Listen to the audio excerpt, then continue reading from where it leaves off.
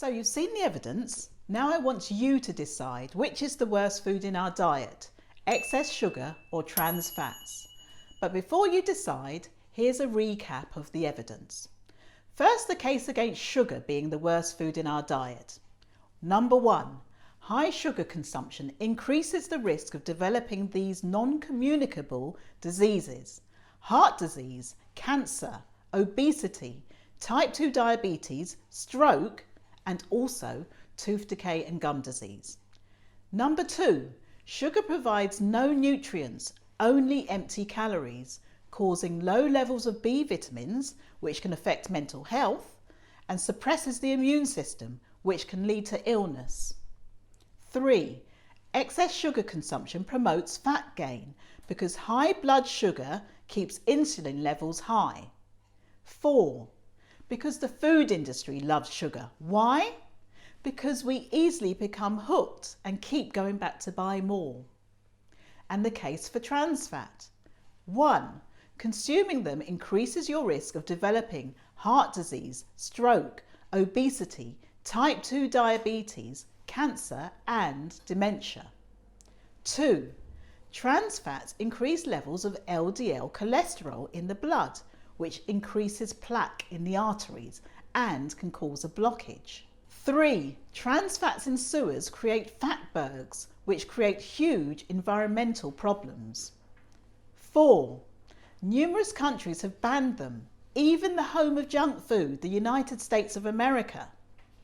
So think about and decide which is worse and give at least one reason why.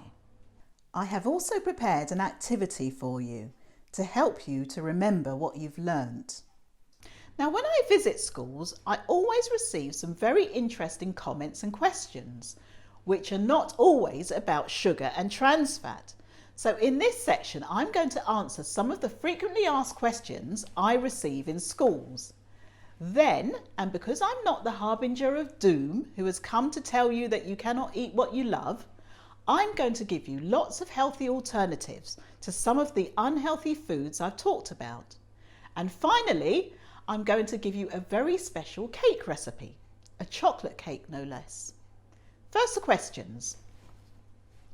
Are fruit juices and smoothies good for you? I always say that it's best to eat fruit and not drink it. The reason is that in a glass of apple or orange juice, it can contain the juice of around 6 apples or oranges, and the juice is high in fruit sugar or fructose. Now, you wouldn't sit down and eat that many, and also you're not getting the apple skins or the orange pith, which contain fibre and a lot of vitamin C, and it's this plus the bulk of the fruit that stops blood sugar rising quickly. But drinking all that fructose will increase blood sugar dramatically and cause the release of insulin. Your body cannot tell whether that spike in blood sugar has come from a glass of organic orange juice or from 4 cookies.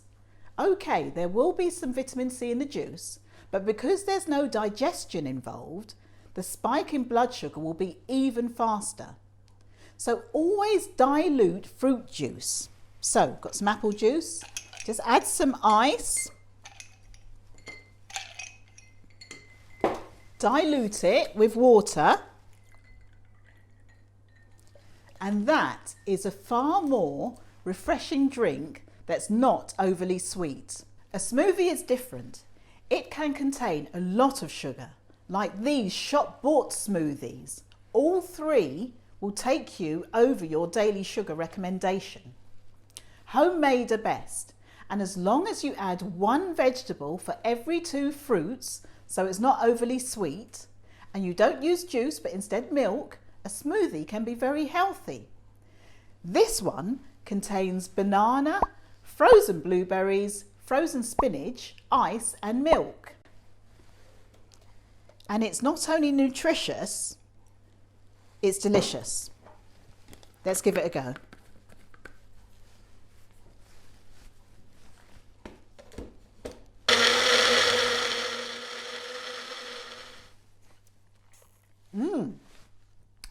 Nutritious and delicious.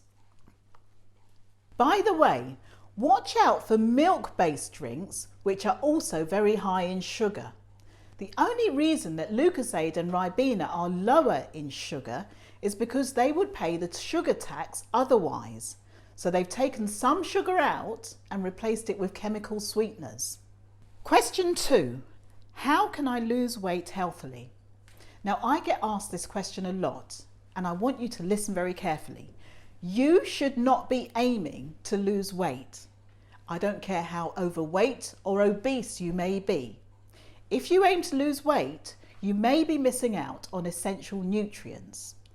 Instead, I recommend that you eat a healthy, balanced diet, limiting the high sugary and fatty foods I've been talking about, be active and get enough sleep. Now, if I was working with an overweight adult, I would recommend exactly the same in terms of lifestyle change. However, the aim would be weight loss. Why is that? What are you doing that adults are no longer doing? That's right, you're growing.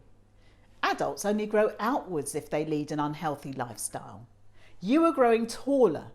So if you incorporate healthy habits into your lifestyle and aim to maintain weight as you grow taller, you will eventually achieve a healthy weight.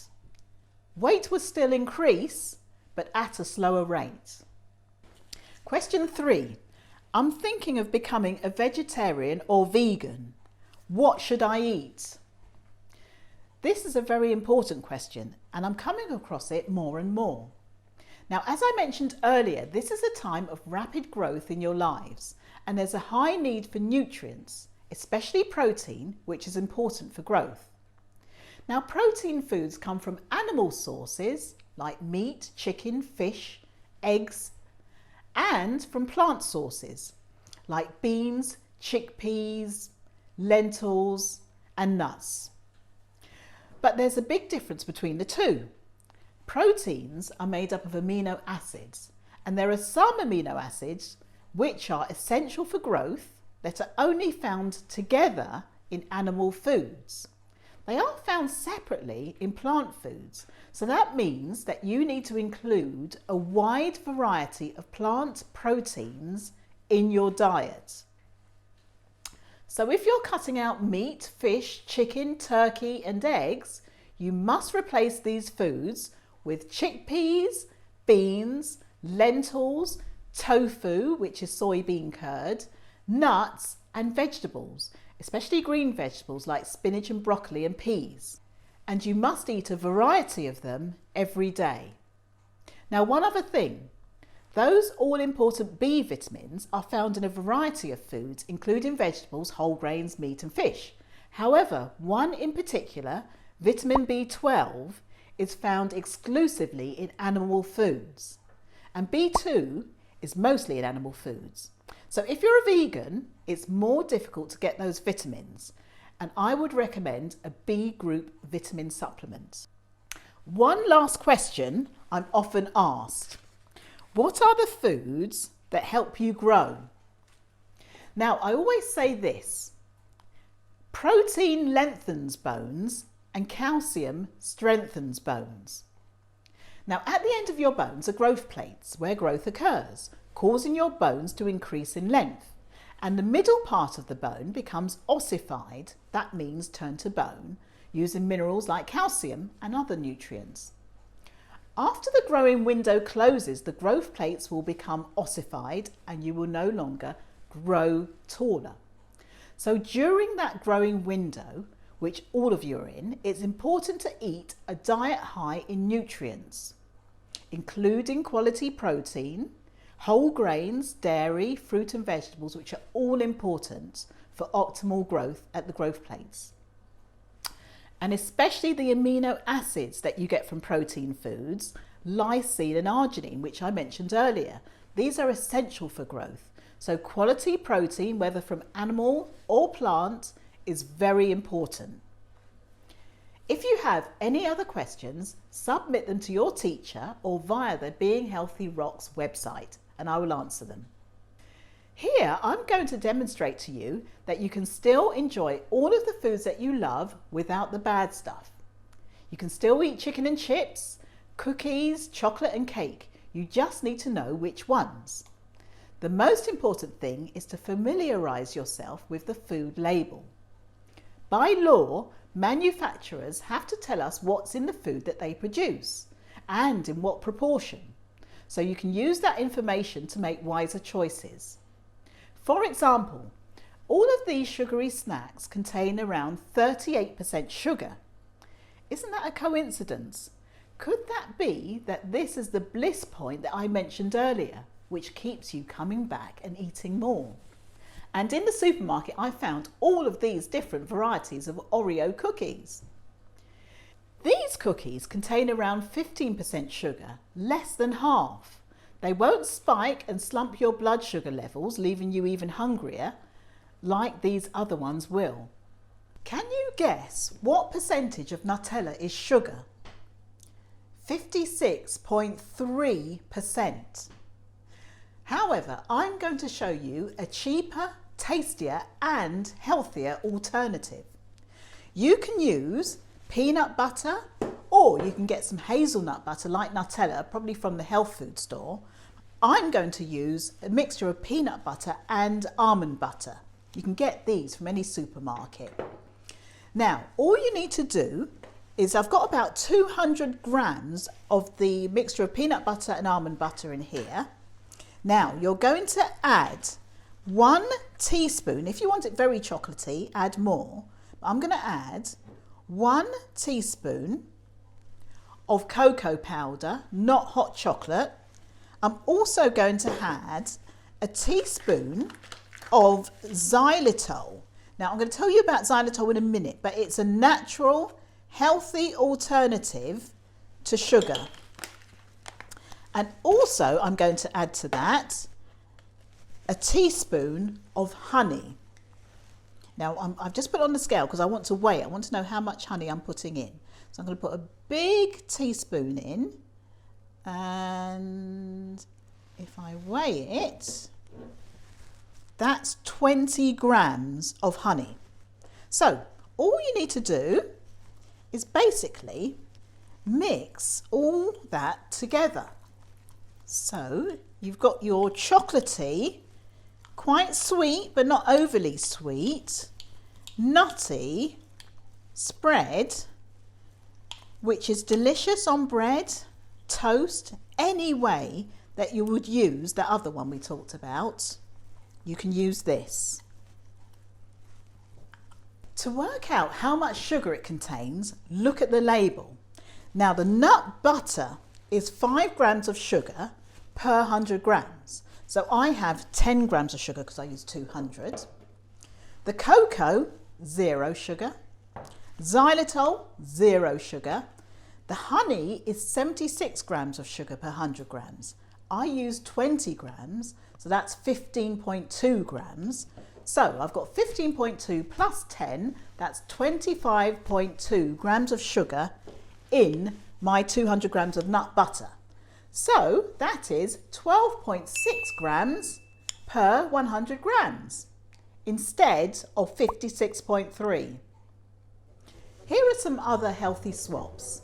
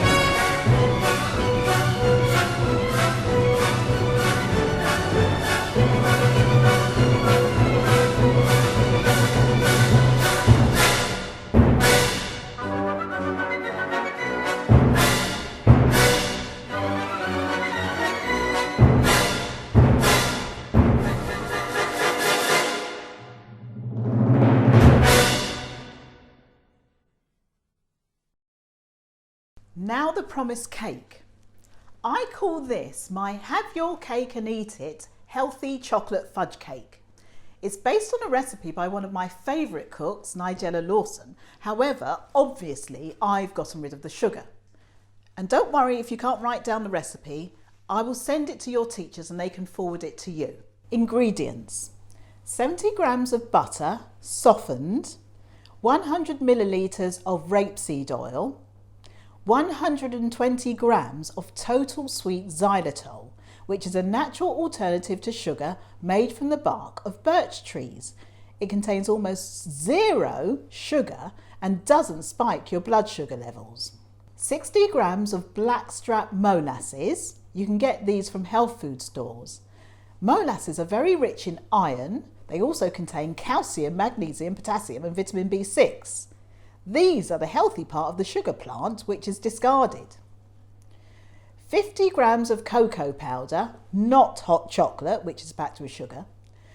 2 eggs, 150 ml of boiled water, 150 grams of Greek yogurt, full fat yogurt for this cake. Remember, sugar's the enemy, not fat. 280 grams of self-raising flour and 1 teaspoon of baking powder. Method.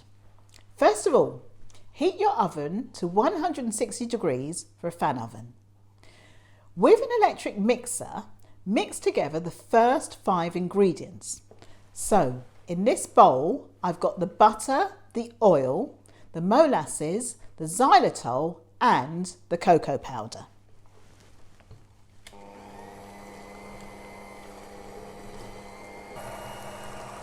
Add 1 egg at a time. Then, with the mixer on the lowest setting, you're going to add half of the flour, which has already been sieved. Next, we're going to add the Greek yogurt. So that all goes in like that. Then we're going to add the boiled water. So let's start mixing the yogurt first. Then the boiled water, 150 millilitres.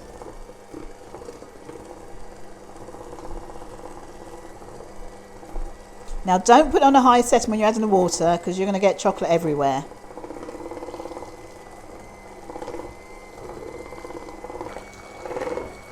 So once the water's in and the yogurt, we can add the rest of the flour. So once you've mixed everything, you're going to spoon your mixture into your muffin cases. Okay, so these are going to go into the oven. Now we're going to bake at 160 as I mentioned, and it should only take 15 minutes. If you're doing fairy cakes, it's going to take 10 minutes. While they're baking, I want to tell you about sweeteners. Some are natural, like xylitol, this I got from Tesco, or erythritol. This one I got from Asda. Now these are sugar alcohols. They don't raise blood glucose and they're also very good for teeth and gums because they're antibacterial. Sometimes you find them in toothpaste or chewing gum. However, don't have too much because they can have a laxative effect. Other sweeteners are sucralose, which can raise blood glucose and can release harmful compounds when heated, so that's a no. Aspartame is a chemical used in drinks, but you can't cook with it. And sweeteners containing stevia, which is natural. However, stevia is 1,000 times sweeter than sugar. So they can only use about 1 gram in a sweetener this size. So they bulk it up with something called maltodextrin, which is a white starchy powder that is as light as snow. This weighs only 75 grams. And it can also leave a bitter aftertaste. So this you can't really use when baking. So my sweeteners of choice are xylitol and erythritol. The cakes are done. They only took 15 minutes. I tested them with a skewer or a very sharp, thin knife. And when that comes out clean, that means they're done. So now I'm going to ice them. And for the chocolate fudge icing, I've got in here 70 grams of dark chocolate. So I used just this one, which is delicious. And I've got 70 grams of mascarpone cheese. So 70 grams of chocolate, 70 grams of mascarpone, which I'm going to mix together. You can use double cream, but the mascarpone just makes it more fudgy.